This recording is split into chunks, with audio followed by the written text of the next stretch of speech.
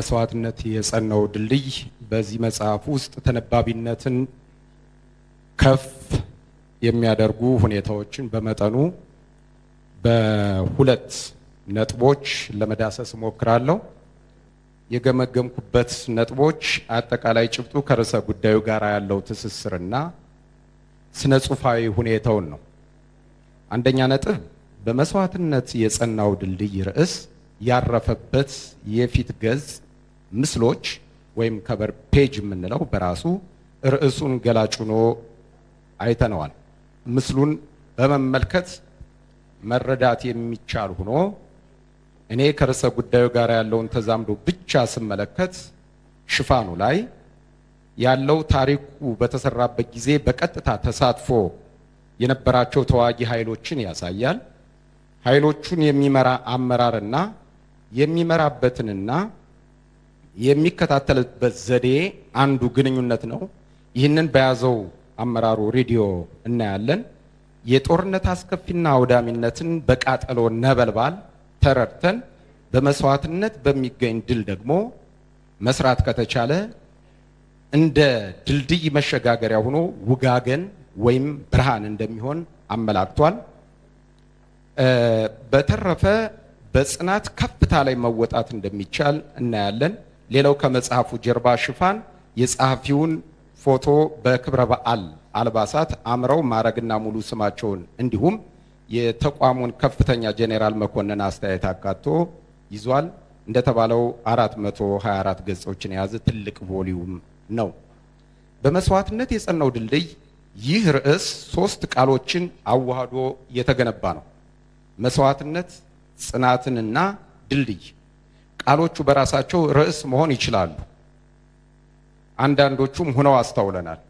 መስዋዕትነት በዚህ ጽሑፍ የሰራዊቱ ተጋድሎ፣ ጽናት ችግርን የሚቋቋም ብቃት፣ ድልድይ ከትውልድ ወደ ትውልድ የሚያሸጋግር ታሪክ መሆኑን እናያለን።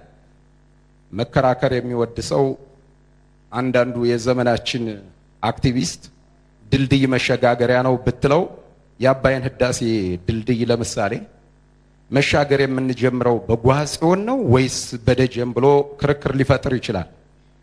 ለእንደዚህ አይነቱ ሐሳብ ካለህበት ሆነ ተሻገር እንጂ ምን ይባላል። ለማንኛውም 3ቱ ቃሎች ተጋምደው በጽሁፉ ውስጥ ዋና ምሰሶዎቹ ነው። ጭብጡን ከነዚህ ጉልበት ካላቸው ቃሎች ጋር ተዋህዶና ተገንብቶ እናያለን። ለምሳሌ የሰራዊታችን ግንባታ ችግሮች ሲጠቅሱ ወደፊት ይህ መሆን እንዳለበት መማር እንድንችል ነው። ርዕሱንም ከጭብጡ ጋር አስተሳስረው አስቀምጠዋል። እንዲህ በማለት ካለው ዝቅተኛ ገቢ ግብር ቆርጦ ደሞዝ ለሚከፍል ህዝብ ከማገልገል ይልቅ ስልጣን ለያዙ ፖለቲከኞች ጠበቃ የመሆን አባዜ የተጠናወተው ነው ተብሎ የሚታማ ጠንካራ ድልድይ ከመሆን ይልቅ በየጊዜው እየተሰበረ የሚጠገን ኃይል ሆኖ ከነችግሩም ቢሆን ሀገር እየተከላከለ መጥቷል ይሉናል። ወረድ ብለው ለጽሑፉ ያነሳሳቸውን ምክንያት ሲገልጹ ያለፈው የመከላከያ ሰራዊታችን ታሪክ ጥንካሬና ድክመት መለስ ብሎ በመመልከት እጥረቶቹን እንዲስተካከሉ ወርቃማ የሆኑ የሰራዊቱ መልካም ተግባርና የግዳጅ አፈጻጸሞች ደግሞ ከትውልድ ወደ ትውልድ እንዲሸጋገሩ ለማድረግ የሚያስችል ግብዓት ለማስቀመጥ ያህል ነው ብለውናል። ከትውልድ ወደ ትውልድ ታሪክን እንደ ድልድይ ለማሸጋገር ጽናት ወሳኝ ነው። ጽናቱ የሚለካው ደግሞ በመስዋዕትነት መሆኑን አጠቃላይ ጭብጥ ሆኖ እናየዋለን። ሌላው ታሪክ በታሪክነቱ መሰነድ አለበት። ሲሰነድ ደግሞ ራሱ ታሪኩን በሰራው ሰውና አካል ሲሆን ተአማኝነቱን ያጎለዋል። በተለይም አሁን ከህወሓት ጋራ የሰላም ስምምነት ተፈጥሯል። ይህ ጥሩ ነው። የሰላም ስምምነት ስለተፈጠረ ታሪክን በአሁናዊ ሁኔታ ላለዝበው ይሆን ምን ይሉኝ በሚል መቅለስለስ ወይም መሽኮርመም ያልታየበት ነው። ሁሉም ነገር በጊዜው በተፈጠረ ሁኔታ ልክ ጸሐፊው በማየታቸው በግሌ እንደ አንድ አንባቢ የረካውበት ነው። ሁለተኛው ነጥብ ተነባቢነቱን ከፍ የሚያደርጉ ስነ ጽሑፋዊ ጉዳዮች ናቸው።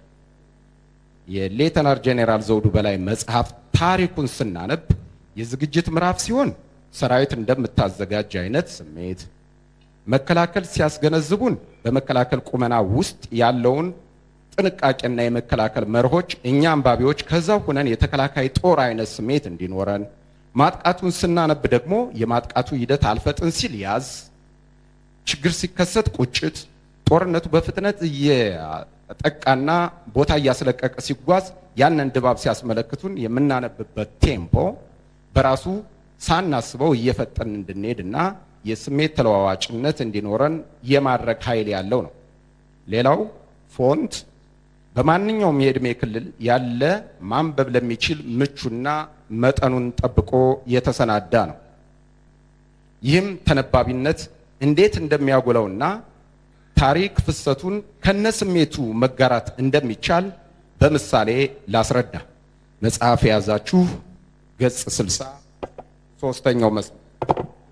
በዚህ ጊዜ የኢትዮ ኤርትራ ጦርነት ተገባዶ ህወሓት ለሁለት የተሰነጠቀበት ጊዜ ስለነበረ ሰራዊቱም ይሄው ሁኔታ በውስጡ ተከስቶ ነበርና ክፍለ ጦሮች፣ ኮሮች የሚል አለ። በዚህ የኮሮች ግምገማ ነው የሚነሱት። በእነኚህ ኮሮች ሰፊ ግምገማ ከተደረገ በኋላ በሁሉም ክፍሎች ማለት ይቻላል አሁን አላሰራን ያለው የትግራይ የበላይነትና ያልሆንከውን የመሆን አባዜ ነው የሚል ከፍተኛ ቅሬታ ያለው ሐሳብ ተቀነቀነ። ይኸው ሐሳብ ለምንድን ነው በእንደዚህ መልኩ የተነሳው? እንደዚህ ሆነው ምን ድርጊት ስለተደረገ ነው? ምን ብናሻሽል ሊቀረፍ ይችላል? የሚሉ ጥያቄዎች ሳይመልሱ ቀሩ። የሰራዊቱ የተደረገው ጥፋት በተለይ ደግሞ በሰራዊቱ የላይኛው አመራር ወይም በሲነር በሆኑቱ የተፈጠረው ስህተት ተደጋግሞ ቢነሳም መልስ ሊሰጠው አልቻለም።